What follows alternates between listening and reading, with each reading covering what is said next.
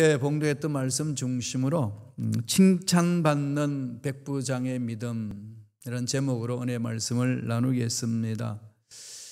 독일의 히틀러 시대 때에 히틀러의 정책을 반대하고 독일 국민들에게 고함이라는 글을 쓰면서 히틀러에 대한 모든 그 계획들을 무산시키고자 했던 학자가 있습니다.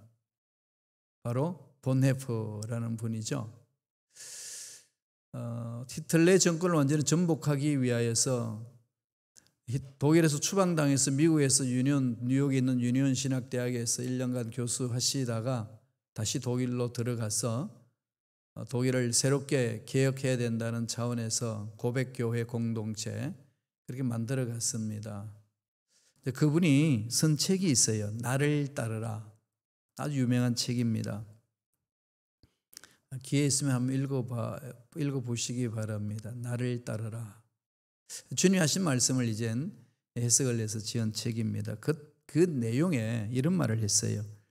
현대 그리스도인들은 하나님의 값비싼 은혜를 싸구려 은혜로 바꾸어 버렸다.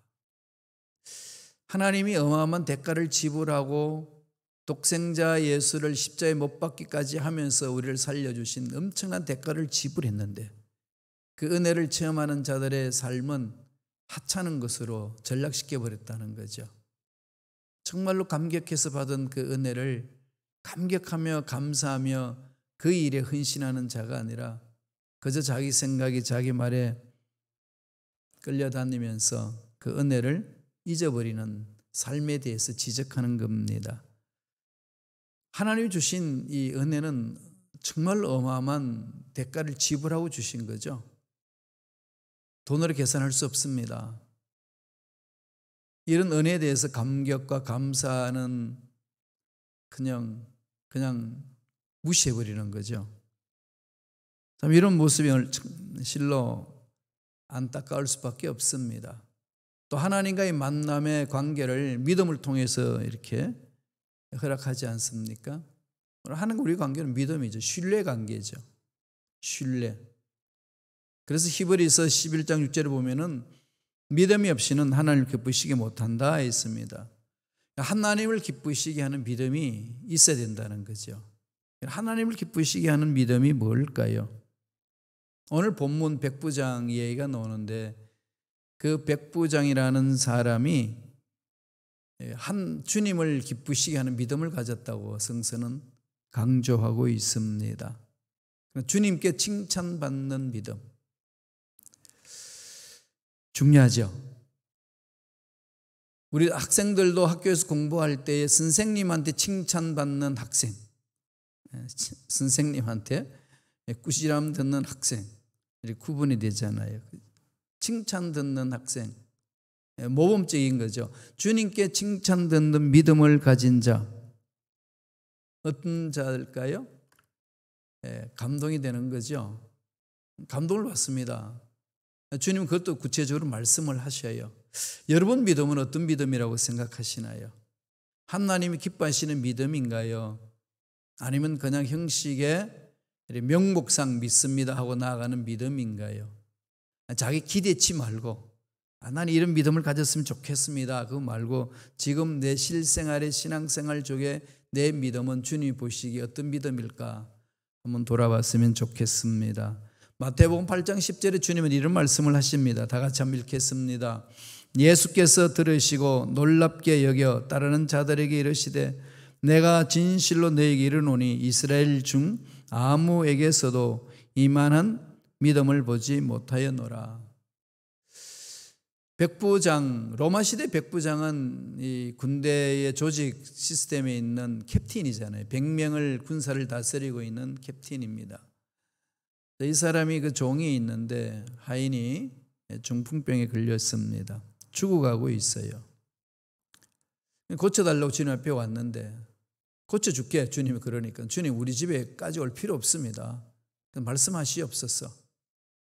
왜냐하면 나는 백부장으로서 내 밑에 군사도 있고 또 나는 위에 섬기는 장군도 있는데 그분들의 말에 내가 순종하고 내 하인들도 내 말이 순종합니다. 그러나 주님이 메시아이시니까 말씀만 하시면 되는 것 아니겠습니까? 그렇게 믿음을 가지고 주님 앞에 고하는 겁니다. 그때 주님이 무슨 말씀을 하신가요? 이스라엘 중 아무에게도,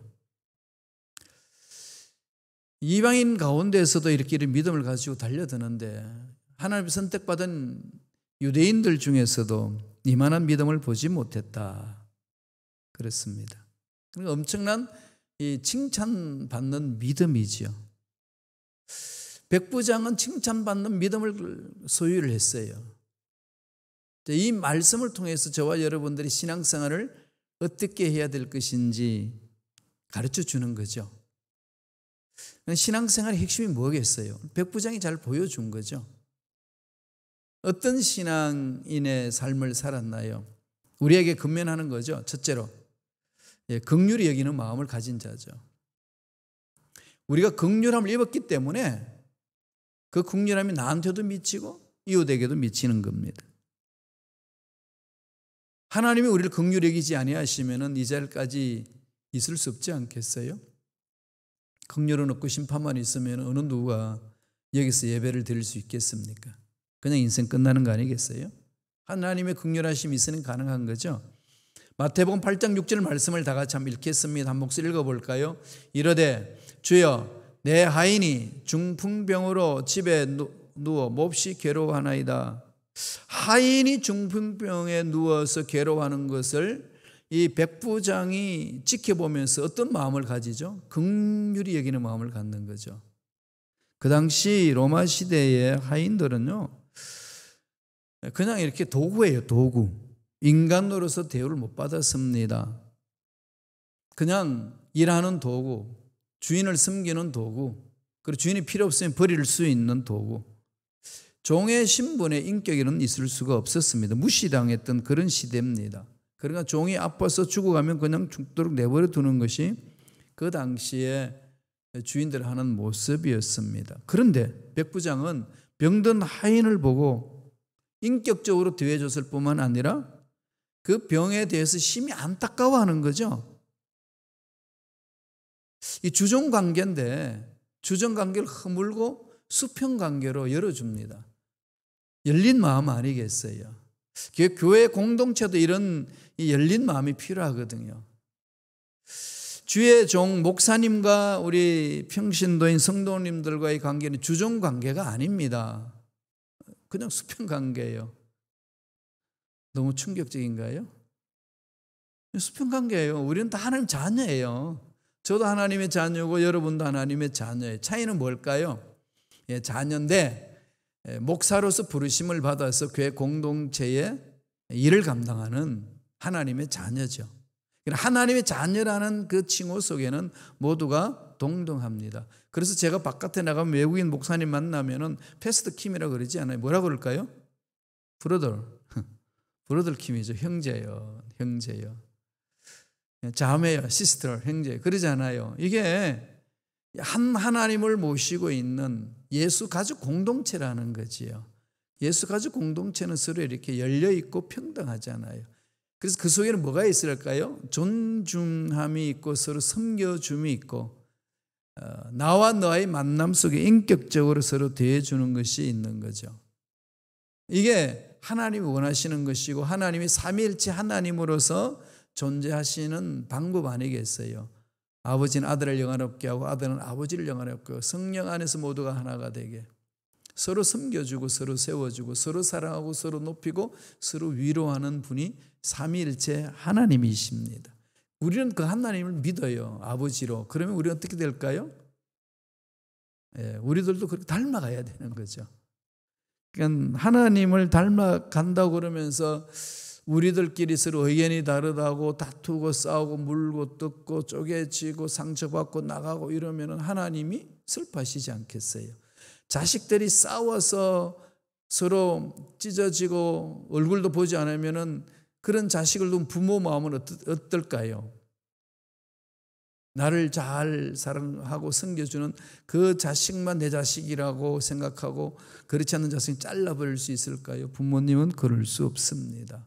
천륜이라고 그러죠. 하나님이 주시는 그 마음이잖아요. 우리는 그런 걸 알면서 왜 하나님은 그렇지 않다고 생각하는지 모르겠습니다. 그 마음을 먼저 배워야 돼요.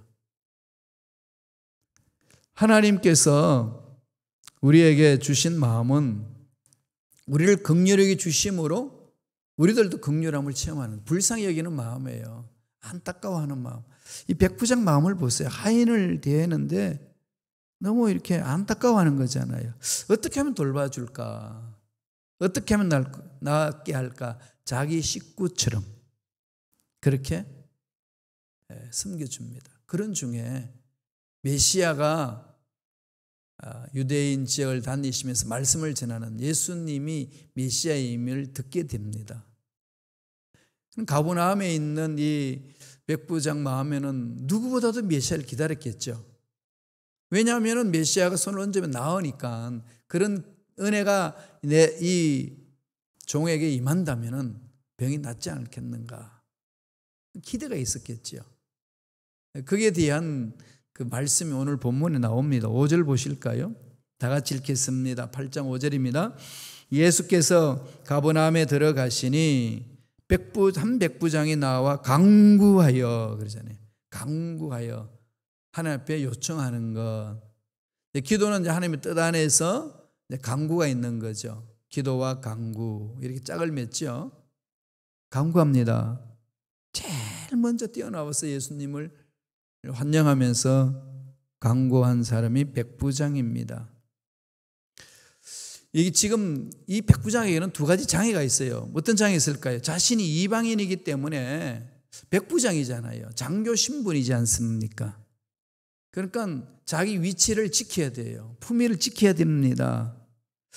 그리고 두 번째로는 자신의 문제가 아닌 하인의 병을 고쳐달라고 그를 마중하고 뛰어나간다는 것 자체가 명분이 안 서는 거죠. 그 당시는 하인을 물건 취급했고 농기구 취급했던 시대이기 때문에 하인의 병은 그냥 하나의 그냥 대수롭지 않게 생각했던 풍토입니다. 그런데 백부장이 앞장서서 나가서 그 하인을 위하여서 간구합니다.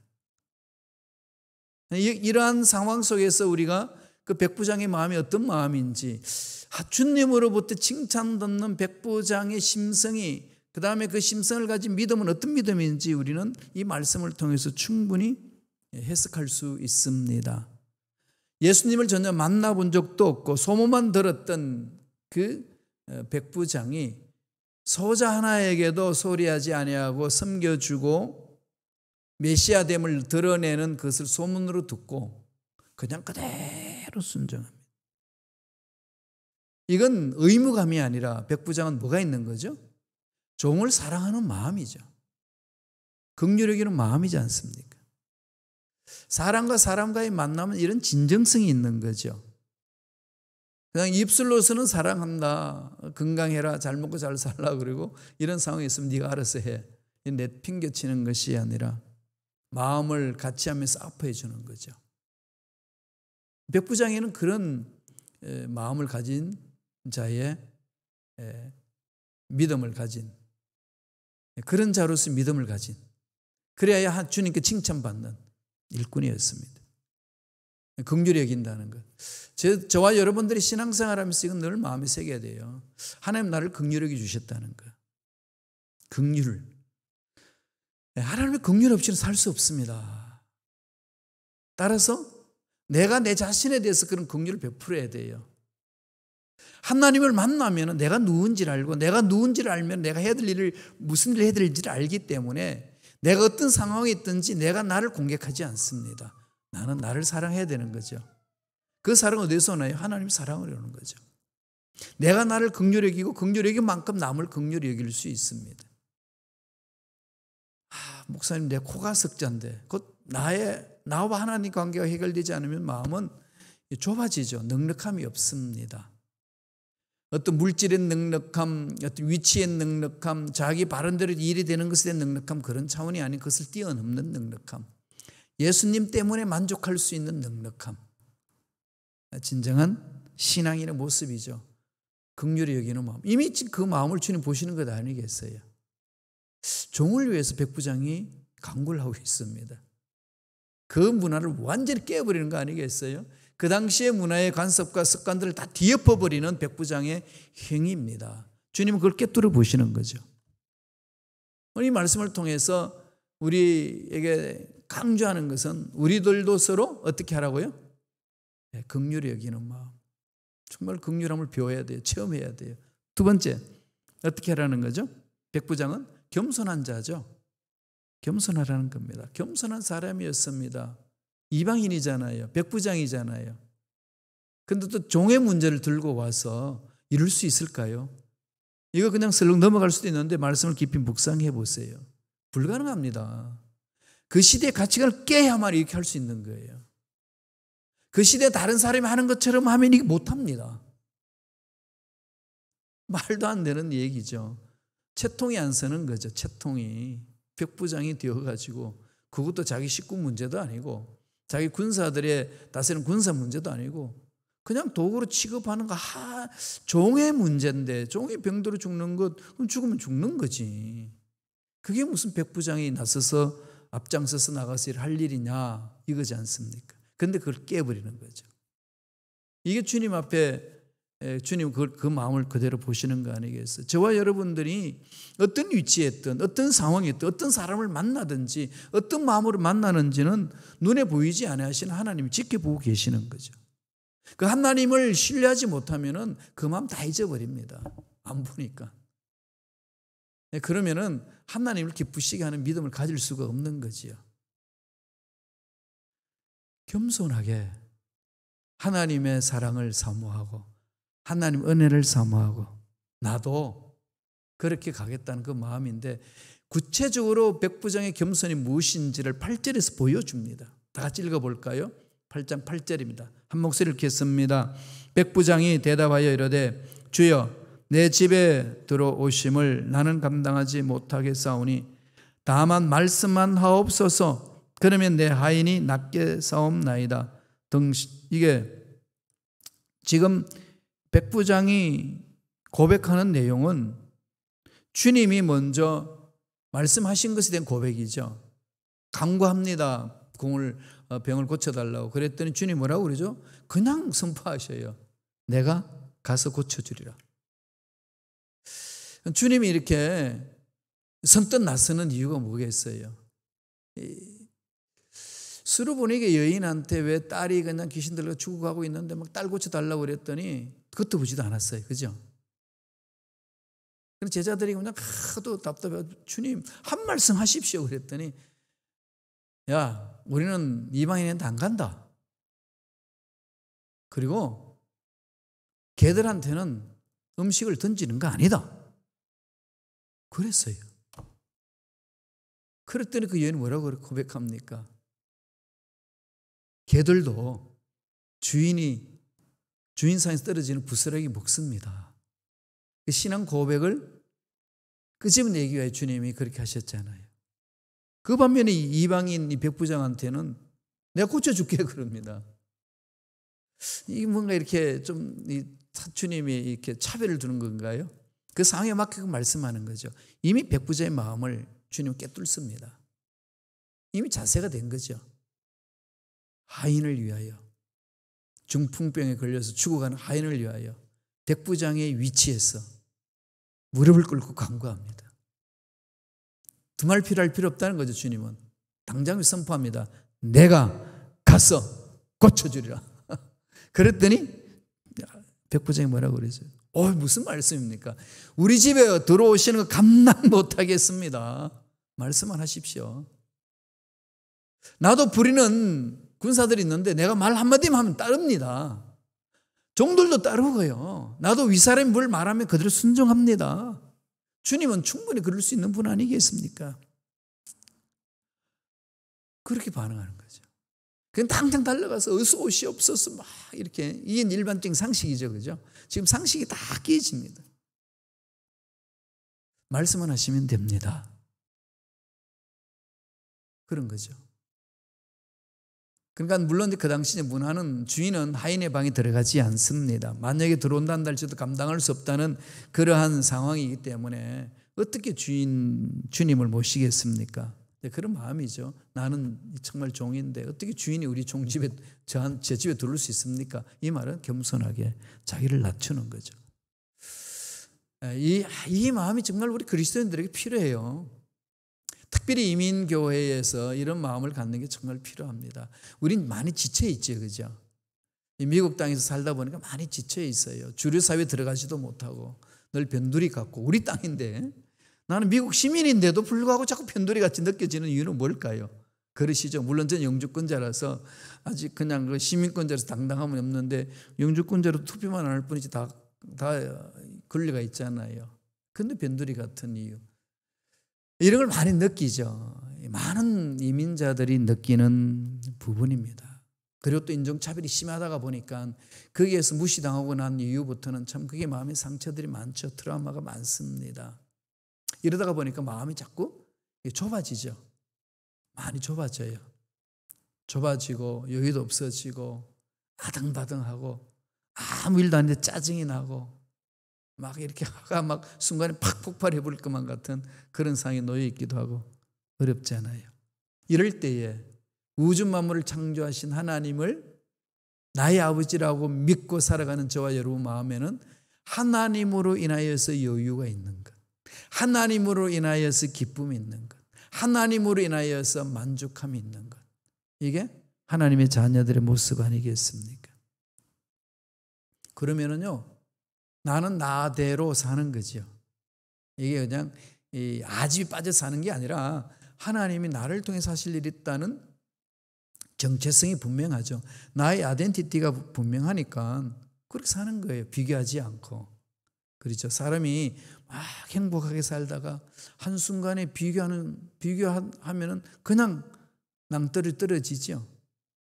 지난번에 제가 말씀드렸습니다마는 한국에는 이 아파트 평수를 늘려가는 게 이게 아낙네들에게 기쁨이거든요.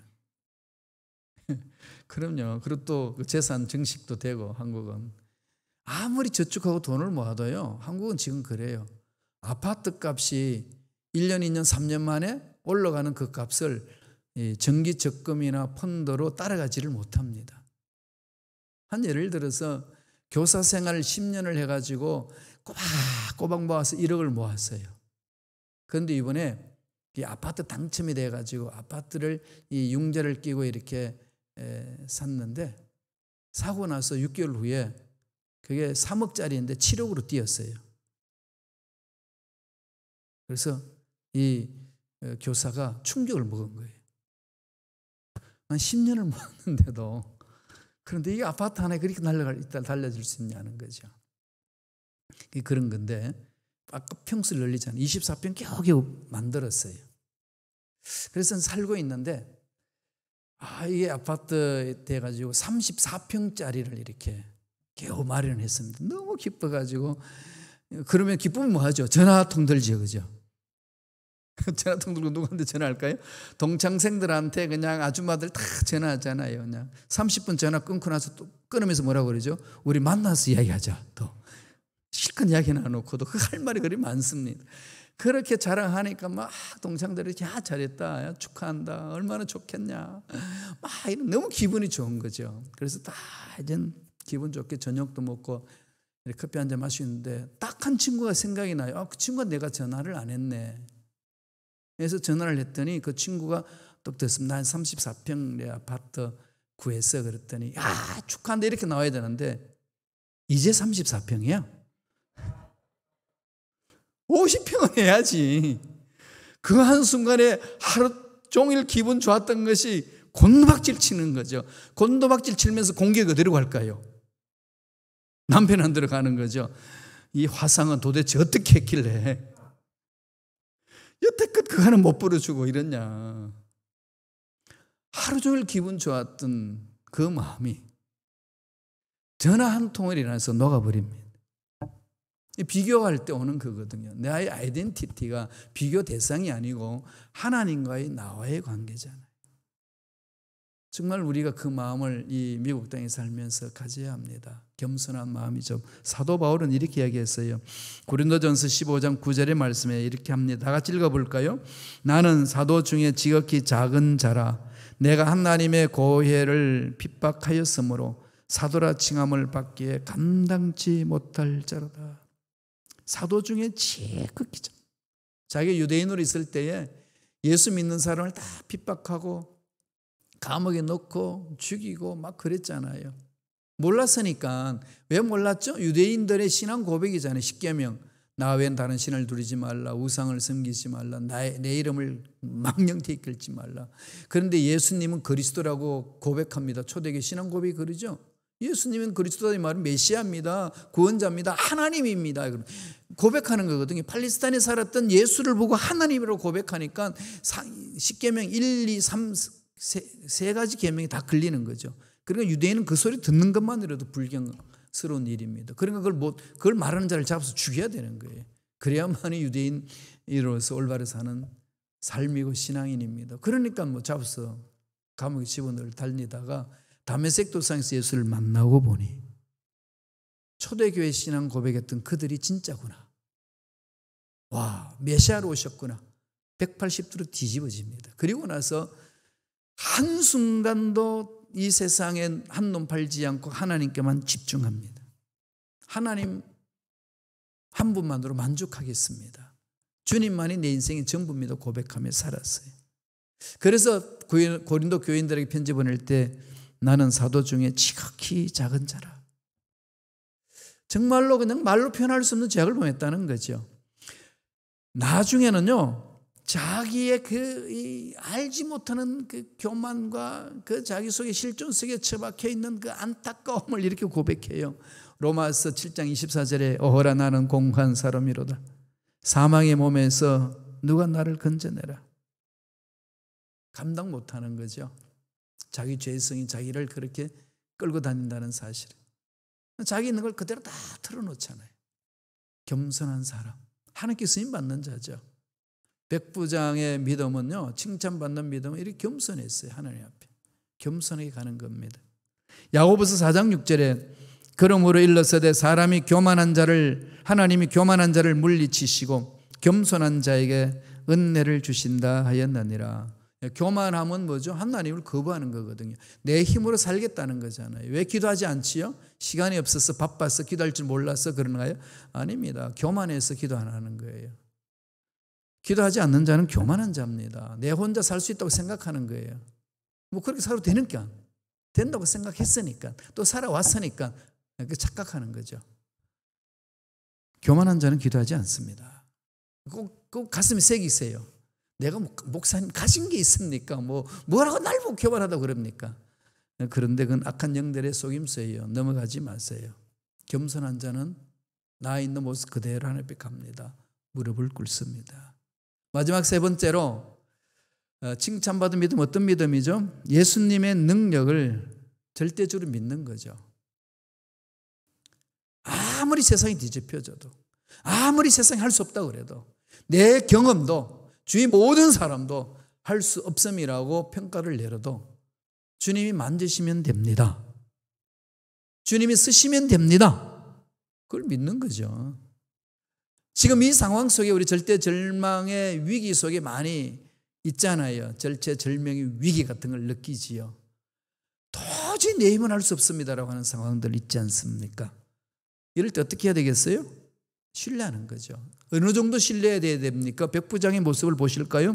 8장 8절입니다. 다 같이 읽겠습니다.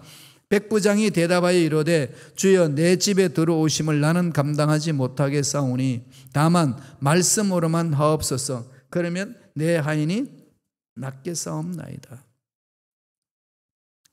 집에까지 올 필요 없다는 거죠. 어떻게 주인이 종의 집에 옵니까? 그럴 필요 없습니다. 말씀만 하옵소서. 그러면 하인이 낫겠나이다. 말씀만 하옵소서.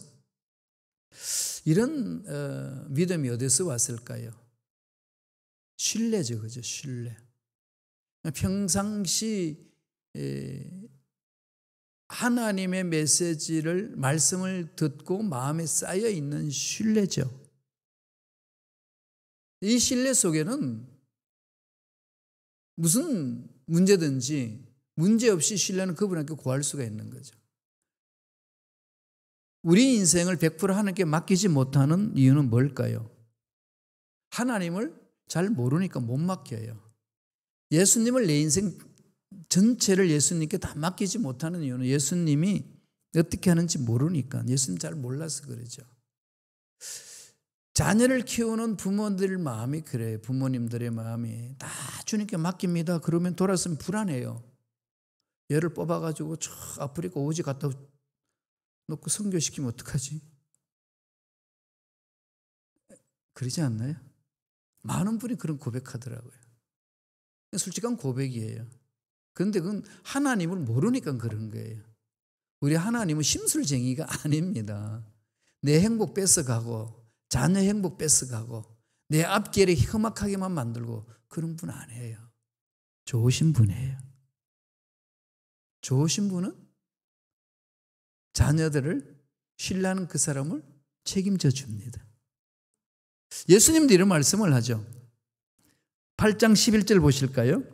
또 너에게 이르노니 동서로부터 많은 사람이 이르러 아브라함과 이삭과 야곱과 함께 천국에 앉으려니와 12절 이어서 다 같이 읽습니다. 그 나라의 본자들은 바깥 어두운 데서 쫓겨나 거기서 울며 이를 갈게 되리라. 말씀을 듣고도 가까이 하지 않는 사람은 예수님의 능력을 신뢰하지 못하고 하나님 나라의 능력도 맛보지 못하고 형식적으로 살아서 나중에 심판대에 쫓겨날 수 있겠지만은 이방인 이 백부장은 하나님의 능력을 신뢰한다는 거죠. 그래서 칭찬하는 거 아니겠습니까? 내가 이스라엘 중에 이만한 믿음을 가진 자가 내가 보지 못했다. 마음으로 그냥 속에 있는 걸 그대로 드러내는 거죠. 하나님은 우리가 입술로 고백하는 그대로 들으셔요. 그러나 마음이 어떤지도 정확하게 알고 들으십니다. 모르고 듣지 않아요. 다 들으신데 어떤 마음으로 말하고 있는지를 알아요. 사람 우리들은 잘 모르잖아요. 그죠? 그러니까 우리가 미혹하는 얘기 잘 넘어가죠. 사기꾼들 말에 가문이슬 당해가지고 넘어지고 하지만은 하나님은 무슨 말을 하든지 다 들으셔요. 다 들으신다고 그러시니까. 그런데 그 말을 하는 그 사람의 마음도 정확하게 아신다는 거죠. 저와 여러분 마음 알고 계십니다. 그래서 주님이 오늘 11절 12절 말씀하시기 전에 10절에 이렇게 결론 내려주잖아요. 다 같이 읽어볼까요? 한 번 더 읽겠습니다. 예수께서 들으시고 놀랍게 여겨 다른 자들에게 이르시되 내가 진실로 너에게 이르노니 이스라엘 중 아무에게도 이만한 믿음을 보지 못하였노라. 이만한 믿음을 보지 못하였노라. 목사님들이 설교할 때 제목도 이런 제목을 많이 달아요. 이만한 믿음을 보지 못하였노라. 어떤 믿음이죠? 절대적으로 신뢰하는 믿음. 하나님이 누군지를 알면요 신뢰할 수 있어요. 여러분 예수님을 부르고 있는데 예수님이 누군지 정확히 아시나요? 여러분 예수님 얼마나 잘 알고 계시나요? 잘 모르죠. 제가 지금 순범식하고 담임 목사를 10년째 만 9년 넘었고 10년째 접어들잖아요. 들었잖아요. 내년 6월 되면 만 10년이 돼요. 강사는 한번 변합니다. 그런데 그렇게 지냈는데 여러분 저를 좀 아시나요? 얼마나 아셔요? 참 몰라요. 그죠? 왜? 깊은 이 내면 속에 들어가지 않으면 잘 몰라요. 설교도 많이 듣고 성경도 있는 것 같지만 마음속으로 그분을 모셔드리지 않는 이상 그분이 어떤 분인지를 잘 모릅니다. 예수님을, 성령님을, 성부 하나님을 알려면은 그분이 어떤 분인지 계시해 놓은 성경 속으로 들어오셔야 돼요. 그 속에서 몸부림치지 않으면 모릅니다. 모르면은 100% 못 맡깁니다. 맡기는 척하고 혼자 사는 거예요. 그래서 신앙 성장 성숙이 없고 열매가 없습니다. 기적이 없는 거죠. 이제 이때 우리는 그 기적을 맛봐야 됩니다. 그러고 나서 그 고백을 듣고 난 주님이 어떻게 하셨지요? 8장 13절 보세요. 결론 내려주잖아요. 딱 그 신앙 고백 결론 이렇게 내립니다. 다 같이 읽겠습니다. 예수께서 백부장이 이르시되 가라 내 믿음대로 될지어다 하시니 그 즉시 하인이 나으니라. 말씀 떨어지자마자 한이 났죠. 왜 나한테는 이런 일이 없습니까? 라고 좀 하소연하고 싶은 분 안 계신가요? 여러분 어떠세요? 백부장 삶을 묵상합시다. 50% 믿으면요 50%의 역사밖에 일어나지 않습니다. 100% 전적으로 믿으면 100% 역사 일어나는 거죠. 내 믿음대로 될지어다. 이 말은 어마어마한 선포거든요. 우리 믿음대로 됩니다. 저와 여러분의 신앙의 삶은요 4조 8자로 되는 게 아니고요 믿음의 8자예요. 꼭 기억하세요. 믿음으로 됩니다. 이 믿음으로 힘들고 어려운 이 상황을 잘 극복하는 저와 여러분 되시길 간절히 축원합니다. 기도하겠습니다. 하나님,